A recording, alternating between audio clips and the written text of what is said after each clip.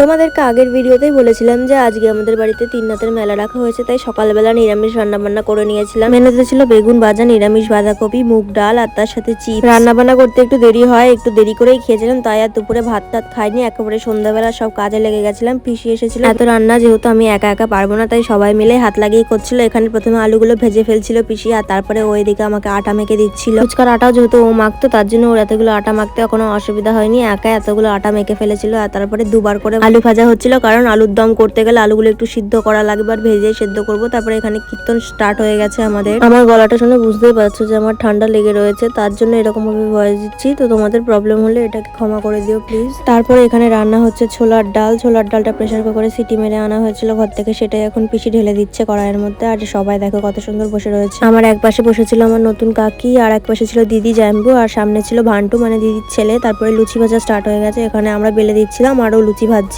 আমাদের আগের ভিডিওতেই জানিয়েছিলাম যে এটা একটা মানসিকের পুজো, মানে মানসিক করা ছিল তিননাথ ঠাকুরের কাছে, তার জন্য এখন পুজো করা হচ্ছে। দেখতে দেখতে কীর্তনও প্রায় শেষের দিকে চলে এসেছিল, তাই তাড়াতাড়ি করে লুচিগুলো ভেজে সবাইকে প্রসাদ দেওয়া স্টার্ট করে দিয়েছিলাম। কীর্তনের লোকগুলোকে বসে খাওয়ানো হয়েছিল, আর তারপর ওর বন্ধুদেরকেও লুচি নিয়ে দিয়ে আসলো, আর ওরা কিরকম দেখো রাস্তার মধ্যে বসে খাচ্ছে। সবাইকে প্রসাদ দেওয়া কমপ্লিট হলে আমরা সবাই মিলে খেতে বসে পড়েছিলাম, মানে বাড়ির যে কজন ছিল সবাই মিলে খেতে বসে পড়েছিলাম। প্রসাদের প্রত্যেকটা জিনিসই খেতে সুস্বাদু হয়েছিল, লুচি যেমন, ছোলার ডাল যেমন, আলুর দমও তেমন, খুব টেস্টি হয়েছিল খেতে। পায়েসও করা হয়েছিল আমাদের, কিন্তু ও পায়েসটা নেয়নি, কারণ ও বলেছিল পায়েস পরে খাবে। আর তারপরে আমিও খেয়ে নিয়েছিলাম। তারপরে জামা কাপড় ছেড়ে সব গুছিয়ে টুছিয়ে নিয়ে ও আমাকে চকলেট এনে দিয়েছিল, কারণ চকলেট দিয়েছিল। তো আমি চকলেট খেতে থাকি। আর তোমরা চ্যানেলটাকে সাবস্ক্রাইব করো, আর ভিডিওটা ভালো লাগলে অবশ্যই একটা লাইক করো আর কমেন্ট করে জানিও। টাটা।